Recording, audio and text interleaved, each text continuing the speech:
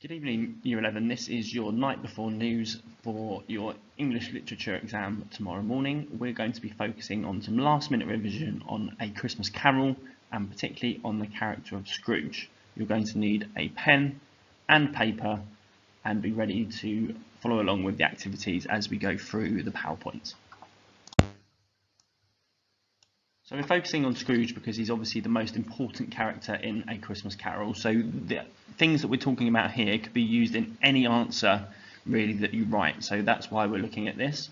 The first thing I'd like you to do on your piece of paper is to create a mind map and write down any key ideas that you can think about in terms of the character of Scrooge. What is he like? How does Dickens present him? Who does he represent in society? What happens to him during the course of the novel? And what key themes we might associate with him. Okay, so here are some of the things that you could have put on your mind map. I won't read them all out, but make sure that you read them through and add anything that you didn't get. They're under two headings. We've got Scrooge the sinner and Scrooge the changed man. So that's kind of the key movement of the character in the text, from a sinner, from a bad person, to a good person in his transformation and his redemption in the novel. So add any ideas that you didn't get from the notes on this slide. Okay, so we've now got our key ideas. What we now need to do is to turn them into a thesis statement, a response to a question. So if the question is, how does Dickens present Scrooge in A Christmas Carol? I want you to now use some of those ideas to come up with a short, concise thesis statement that sets out an answer to that point. Not just how the character is presented, but what he's there to represent and what he's there to teach us. Okay, so here is our model example. Again, I'm not going to read through it, but I want you to write down anything you didn't get, add to your own answer, and particularly notice how this answer focuses not just on how Scrooge is presented, but what he represents and what Dickens is trying to say through the character. Next step is to find some evidence. So we need key quotations from the text that we can remember and that we can put into our answer, because we're not going to have the text in front of us. So 3 or 4 quotes to talk about Scrooge's characterisation at the start, and also 3 or 4 quotes to talk about Scrooge's characterisation at the end of the novella.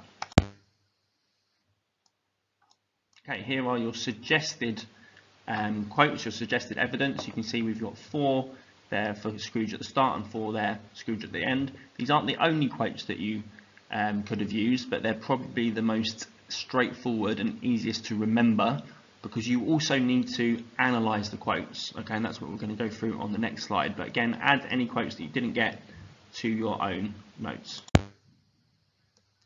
So one of the key things you're going to be assessed on in your exam is your analysis of language. That means looking at a quote, picking out the keywords and thinking about A, what methods the writer's used, but also the connotations of that word. What does the word make us think or feel?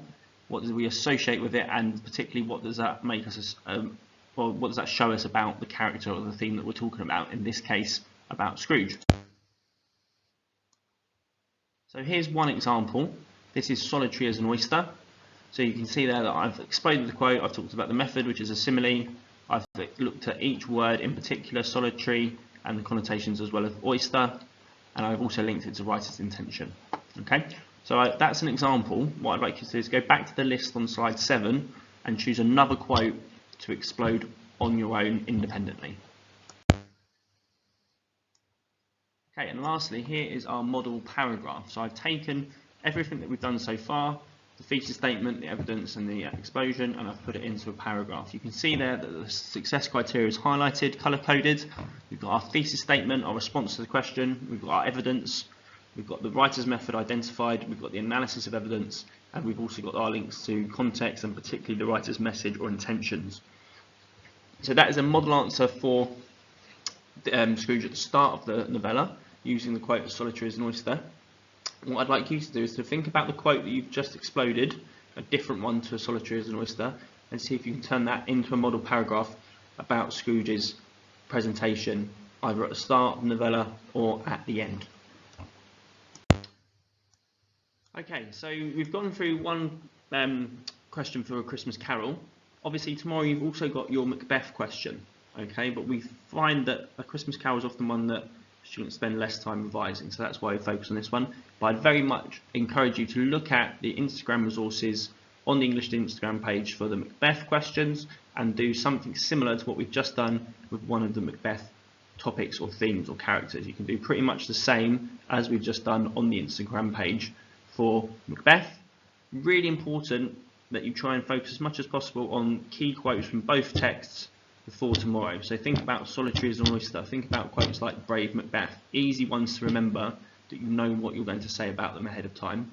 And also a brief mind map of key themes and things that you'd say about each theme would be very useful too. Lastly, really important, first PPE exam tomorrow morning, get a good night's sleep and best of luck tomorrow.